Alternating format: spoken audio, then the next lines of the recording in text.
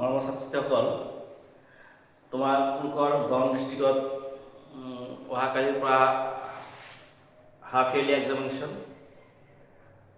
তোমালোকলৈ এক্সামৰ শুভেচ্ছা জনালোঁ। চবৰে পৰীক্ষা ভাল হওক তাকে কামনা কৰিলোঁ। নিশ্চয় অহাকালি ইংৰাজী আছে। যেহেতু মই মেথছৰে ভিডিঅ' বনাই আছোঁ, যেহেতু কালি এক্সাম আছে ইংলিছৰ, গতিকে মেথছৰ চেপ্টাৰটো নিশ্চয় ল'ৰা ছোৱালী নপঢ়িবা। তোমালোকে ইংলিছেই পঢ়িবা।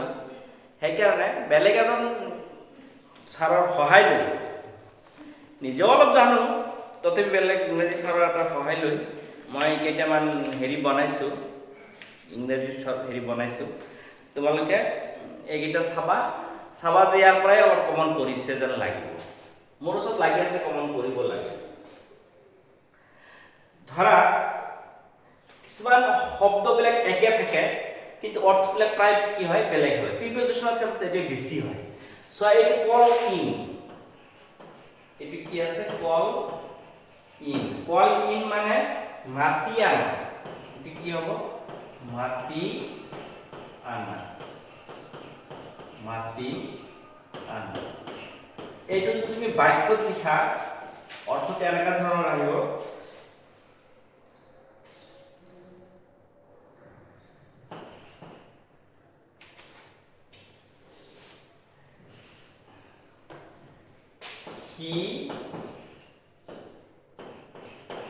he calls in a doctor. তাৰমানে তেওঁ এজন ডক্টৰ মাতি আনে। এইটো হ'ব। তোমাৰ যদি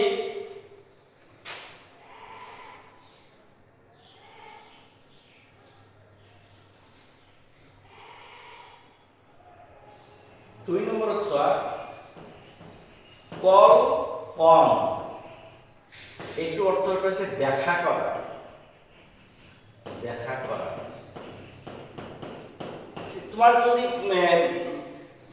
এক্সামত যদি পৰীক্ষাত যদি তোমাৰ কলছ ইন, যদি ডক্টৰ ইয়াত ডক্টৰ কিবা থাকে, তাতে এইটো তুমি বুজা পাৰিবা যে এইটো খালী ঠাই থাকিলে এইটো পজিশ্যন কি হ'ব, ইন হ'ব। এইটো চোৱা,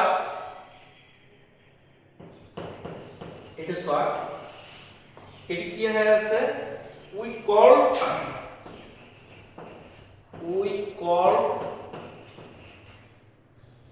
on him last week. এইটো অৰ্থটো হৈ যাব, we call on him last week. Last week মানে যোৱা সপ্তাহত আমি তেওঁৰ লগত দেখা কৰিছিলোঁ।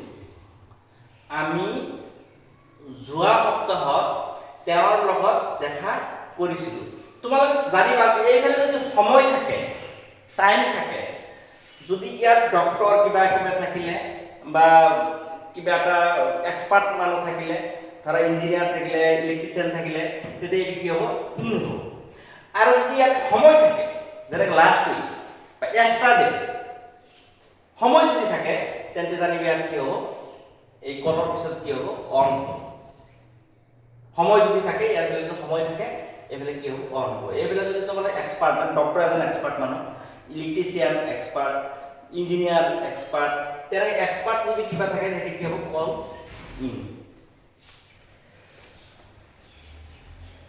তাৰপিছত চোৱা, 3 নম্বৰত কেৰি অন মানে চলাই নিয়া।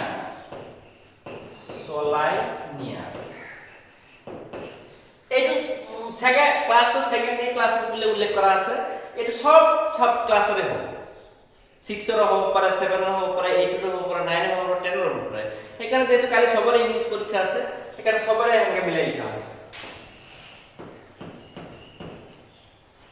কেৰি অন আছে, অন আছে, কেৰি অন দেখা নাযাব।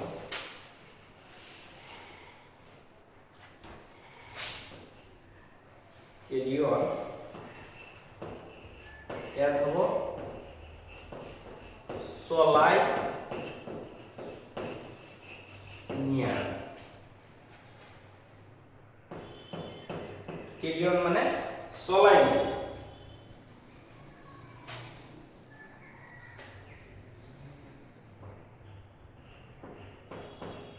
He carried, তোমালোকে কেৰিটো এটো কেৰি আছে, তোমালোকে কেৰি কি হৈছে এটো লৈ নধৰিবা। এটা কেৰি হৈছে প্ৰেজেন্ট টেন্সত, এই কেৰিটো পাস্ট ইনডিফিনিটত আছে, এটো প্ৰেজেন্টত আছে।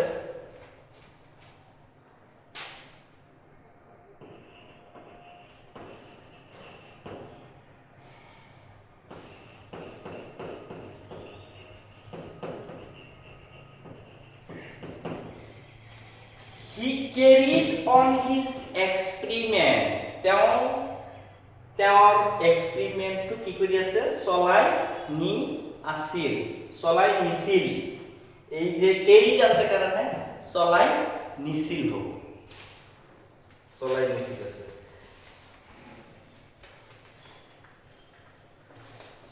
ধৰা এই লুক, এইটো বাক্য আহিল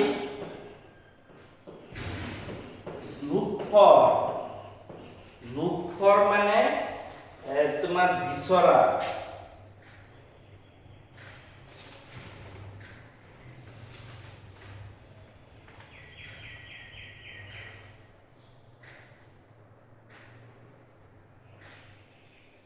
লুক ফৰ মানে বিচৰা।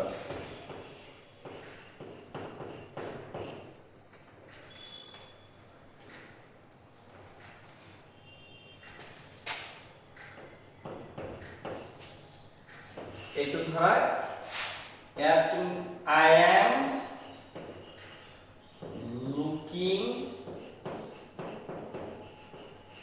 for a job. job মানে কাম, মই এটা কাম বিচাৰি আছো। এই লুকিং ফৰ এইটো প্ৰেজেন্ট কন্টিনিউয়াস, প্ৰেজেন্ট কন্টিনিউয়াসৰ কাৰণে ইয়াত এম হৈছে আইএনজি হৈছে। ইয়াত লুক ফৰে মানে লুক ফৰ মানে বিচৰা, মই এটা কাম বিচাৰি আছো। এতিয়া চোৱা লুক আফটাৰ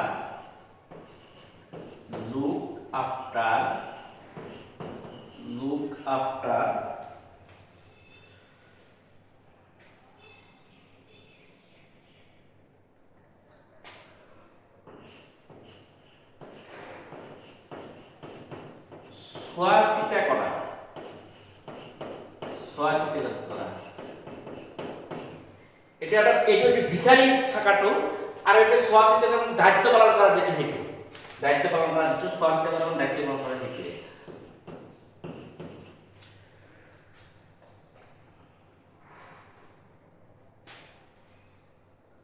কিন্তু চোৱা মাদাৰ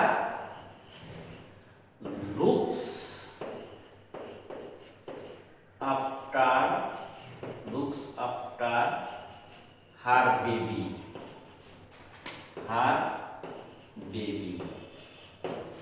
এইটো চোৱা মাদাৰ লুকস আফটাৰ, এই লুকস আফটাৰ হাৰ বেবি মানে মাকে তাই কেঁচুৱাটোক চোৱা চিতা কৰে, মানে দায়িত্ব পালন কৰে, মাকেতো দায়িত্ব পালন কৰে। এতিয়া ইয়াত লুকস এটা এস আহিছে, তোমালোকে এস ইয়াত লুক আফটার আছে, তোমালোকে কৈছে এস কেনেকৈ আহিল? তোমালোকে জানা যে third person singular number present indefinite tense হলে ভাৰ্বৰ পিছত এস বাই ইএস যোগ হয়। ইয়াতে এস যোগ হৈছে লুকস আফটার। এইটো মাদার মানে স্ত্রীলিঙ্গ, সেইকাৰণে হাৰ হৈছে। আৰু যদি পুংলিঙ্গ হলে হয় ফাদাৰ হলে হয়, তেতিয়া হিজ হলে হয়।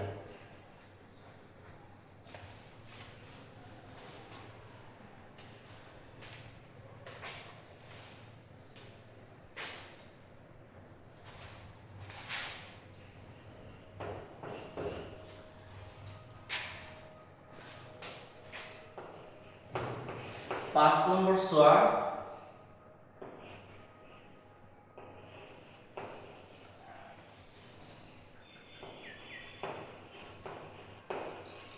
ৰান এৱে মানে পলাই যোৱা, পলাই যোৱা। ৰান এৱে মানে পলাই যোৱা।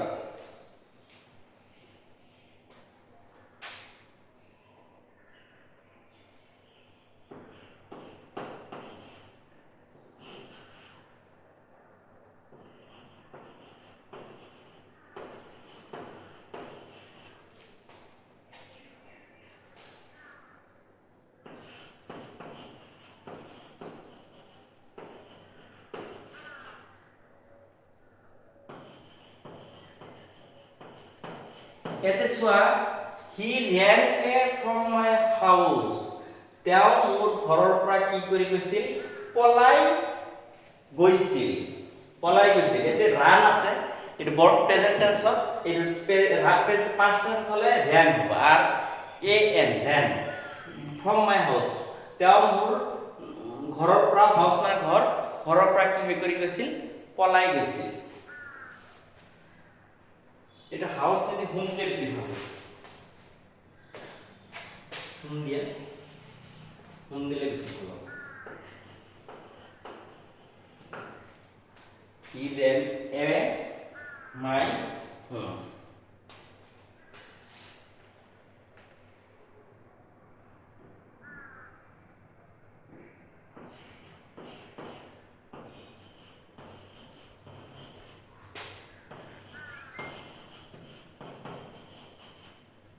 রান আফটার, রান আফটার মানে পিছে পিছে যোৱা, পিছে পিছে যোৱা, পিছে পিছে যোৱা, পিছে পিছে যোৱা।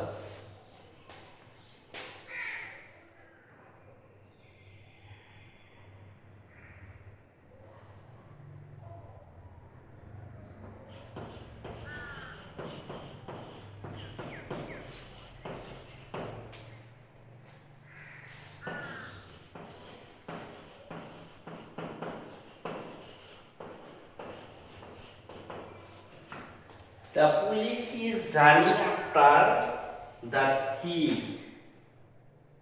The thief. Run after পিছে পিছে যোৱা, the police is running after the thief. পুলিচে চোৰৰ পিছে পিছে কি কৰিছিল, দৌৰিছিল। চোৰৰ পিছে পিছে কোনে দৌৰিছিল, পুলিচে দৌৰি আছে। ইজ রানিং আছে নহয়, রান যেতে আইলে যোগ হ'ব তেতে এটা এন বেছি হয়। ইজ রানিং মানে দৌৰি আছে, বৰ্তমান কালত আছে, প্ৰেজেন্ট ইন কন্টিনিউয়াছত আছে।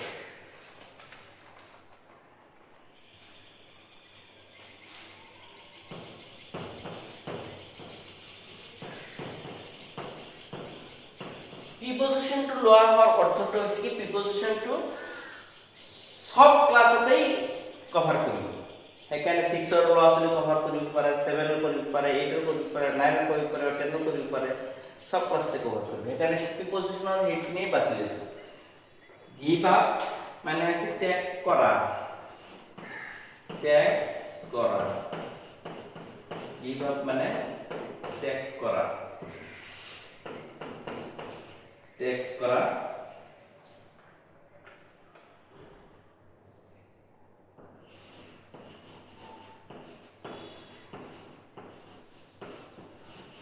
এই শুড মানে উচিত হব, উচিত অর্থ, উচিত। One should give up bad habits.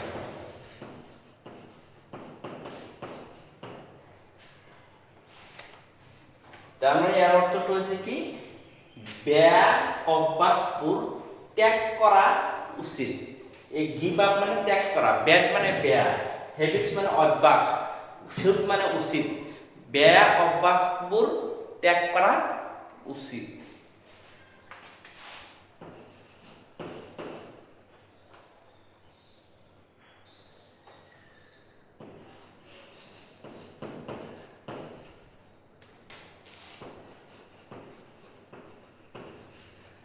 Give away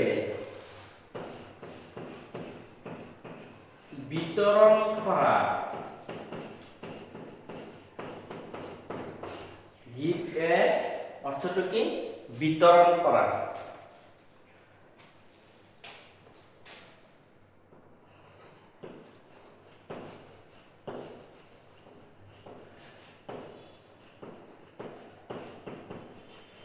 Our headmaster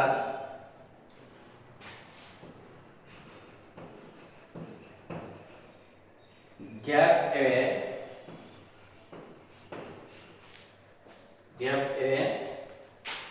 the prizes.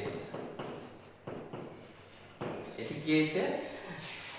এই গ্যাপ গিভ এ মানে বিতরণ করা, গ্যাপ মানে এটা পাস্ট প্রেজেন্ট টেন্স, এটা পাস্ট টেন্স আছে, গ্যাপ এ এটা বিতরণ করেছি। Our headmaster gap A the prices, আমার প্রধান শিক্ষকে পুরস্কারসমূহ বিতরণ করেছিল। আর এটা হচ্ছে ত্যাগ করা, এখানে গিভ আর একটু গিভ, একটু আপ আছে, একটু এওয়ে আছে।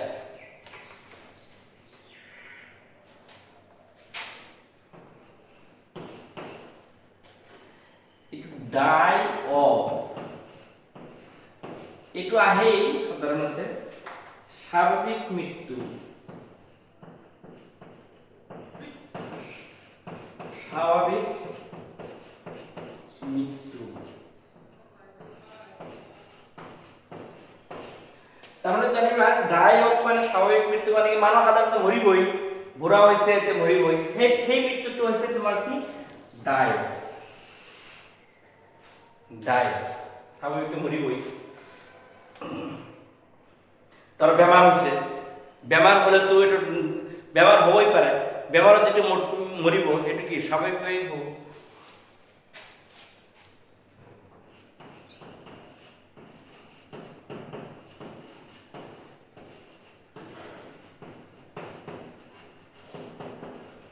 এতে বেমাৰৰ নাম এটা আছে মেলেৰিয়া। যদি মেলেৰিয়াত মৰিছে বা বেমাৰ হৈ কিবা এটা বেমাৰ হৈ মৰিছে, এটা স্বাভাৱিক মৃত্যু, অনেক বেমাৰ হৈ মৰে, সেই মৃত্যুটো কি হি ডাইড অফ মেলেৰিয়া। তুমি ইয়াত যদি preposition of, on, in, at দিয়া থাকে, এবাৰ যদি বেমাৰৰ নাম দিয়া থাকে তুমি কি বহাবা? অফ বহাবা। He died of malaria. এইখিনি মুছি দিলো, মানে হয়তো নিশ্চয় লিখিছা।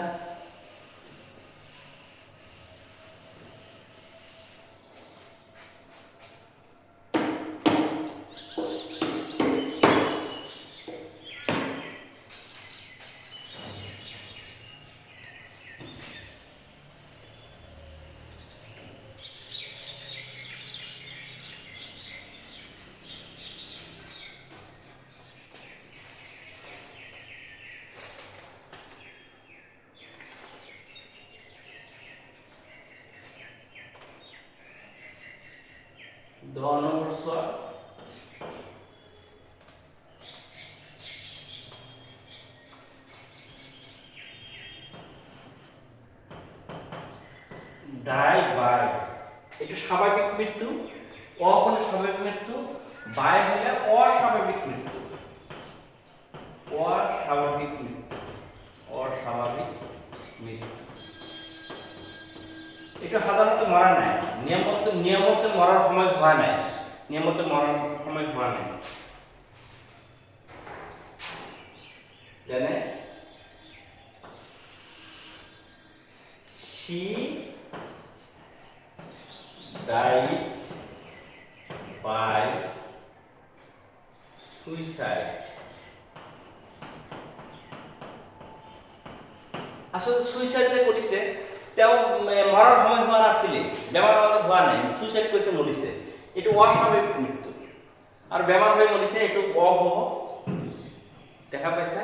আর যদি বাই হব এটা তোমার কি হবো? অস্বাভাবিক যেনে বিষ খাই মরিছে, ফাঁসি দিয়ে মরিছে, নদীর ঝাঁপ দিয়ে মরিছে, সাগরের ঝাঁপ দিয়ে মরিছে, নিজ ইচ্ছার যেটা মরা মরিছে, এটা কি আহিব?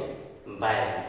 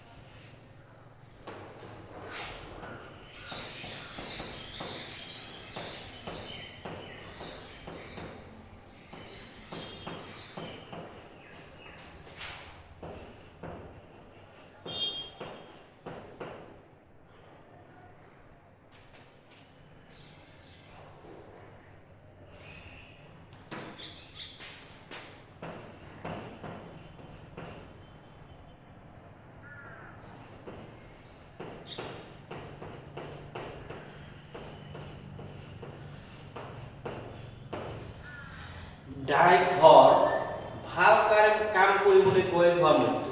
যাৰা ভাল কাম কৰিবলৈ গৈছে, এই যুদ্ধ কৰিবলৈ গৈ মৰিছে, তোমাৰ দেশৰ ভালৰ অৰ্থত আন্দোলন কৰিবলৈ গৈ মৰিছে, তেনেকুৱা ভাল কাম কৰিবলৈ গৈ যিটো মৰা, সেইটো কি হ'ব? Die for. Die for.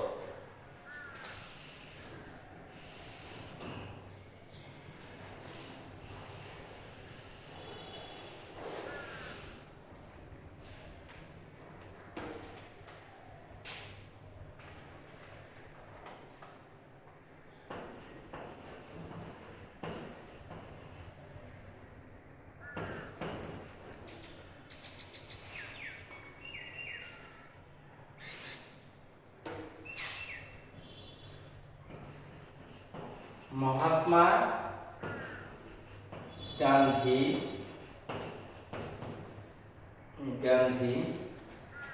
died for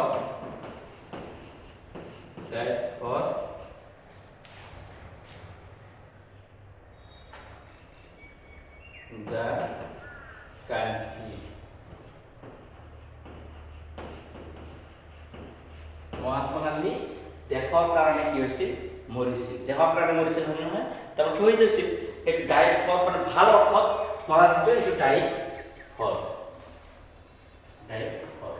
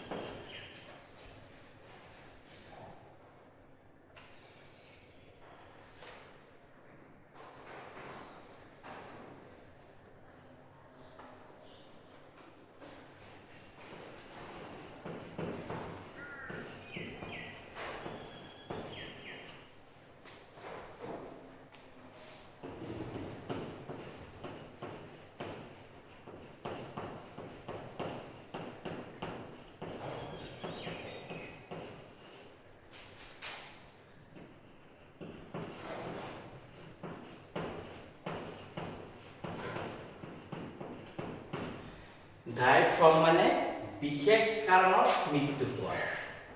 বিশেষ কাৰণত মৃত্যু হ'ব।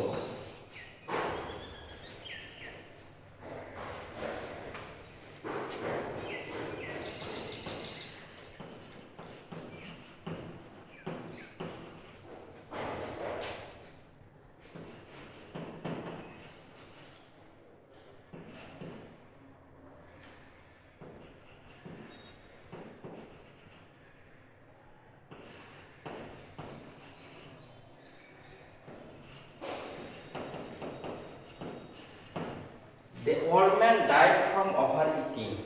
মানুহজনে বেছি খোৱাৰ কাৰণে বুঢ়া মানুহজন মৰিল। চ' এইটো আচলতে তেওঁ যে খাইছে যে এইটো নিজ ইচ্ছা কৰি মৰা নাই, ইচ্ছা নাছিল। সেইটো যিটো নিজ ইচ্ছা কৰি চুইচাইড, ইচ্ছা কৰি মৰা নাই, মানে খাইছে আৰু খাইছে, কিন্তু খোৱাটো তাৰ মৃত্যুৰ কাৰণ হৈ গ'ল। গতিকে সেইটো সেনেকুৱা হ'লে কি হ'ব? ডাই ফ্ৰম।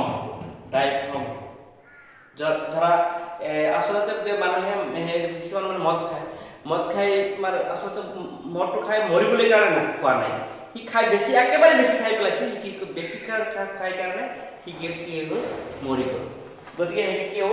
বিশেষ কাৰণত হোৱা মৃত্যু। তেতিয়া সেইটো হ'ব over drinking.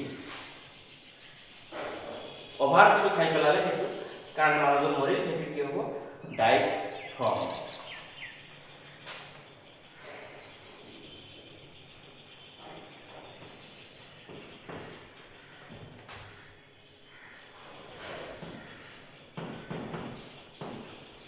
Die in.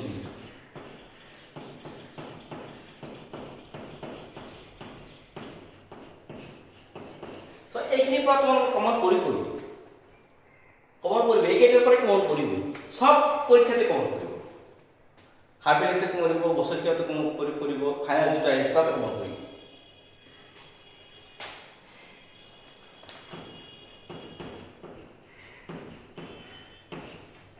Dye in মানে আকস্মিক মৃত্যু। আকস্মিক মৃত্যু মানে